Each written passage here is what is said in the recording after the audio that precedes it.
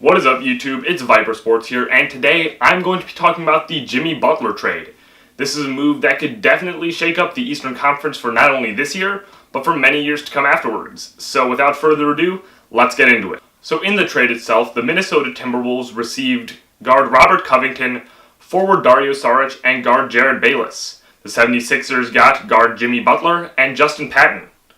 Overall, for the Timberwolves, I think this was a very good move. Jimmy Butler was a bigger problem for this organization that, honestly, I don't think they should have traded for Butler in the first place. Saric is a solid piece next to Karl Anthony Towns, and Covington is a nice addition. I think overall this is a good return. Houston's first round pick offer may have been a little better, but I don't think those picks would have really turned out to be anything too great. So overall, this is a very good move by the Minnesota Timberwolves. For the Philadelphia 76ers, on the other hand, they improved talent-wise for sure. They can offer him more, up to 5 years, $190 million at the end of this season. And they have a good shot at re-signing him because of this, but there may be some problems. The Sixers core is mainly composed of guys who are all ball-dominant players. And I could definitely see some locker room issues occurring because of Jimmy Butler not meshing well together with Ben Simmons, Joel Embiid, Markelle Fultz.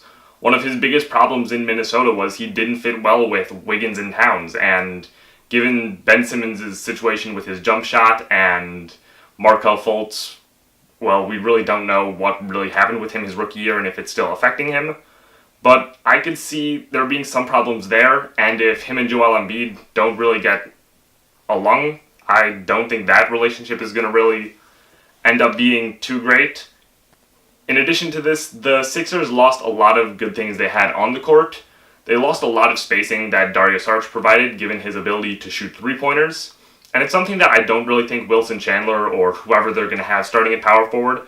I personally think it's going to be Wilson Chandler, but I don't think he'd be able to bring the same type of spacing that Saric can to the table. And in addition to this, they don't have as great of three-point shooting anymore. Covington and Saric were both great three-point shooters, and now the only sole three-point shooting threat on this team is J.J. Redick.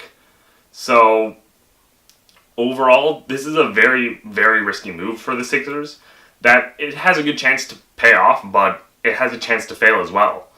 If it doesn't, I think it will end up very similar to the trade that sent Jimmy to Minnesota in the first place. Young stars get traded and have success in their new teams, Levine and Dunn both being successful, and I think Saric and Covington will both be successful in Minnesota. And Jimmy Butler gets traded to a team where it looks really good on paper, but it just doesn't work well with the team. So, overall, I think this is a very risky move, and we'll see if it plays out. For the Sixers' sake, I hope it does, and this move definitely made the Eastern Conference a lot more interesting, because I don't really see there being a definite favorite right now.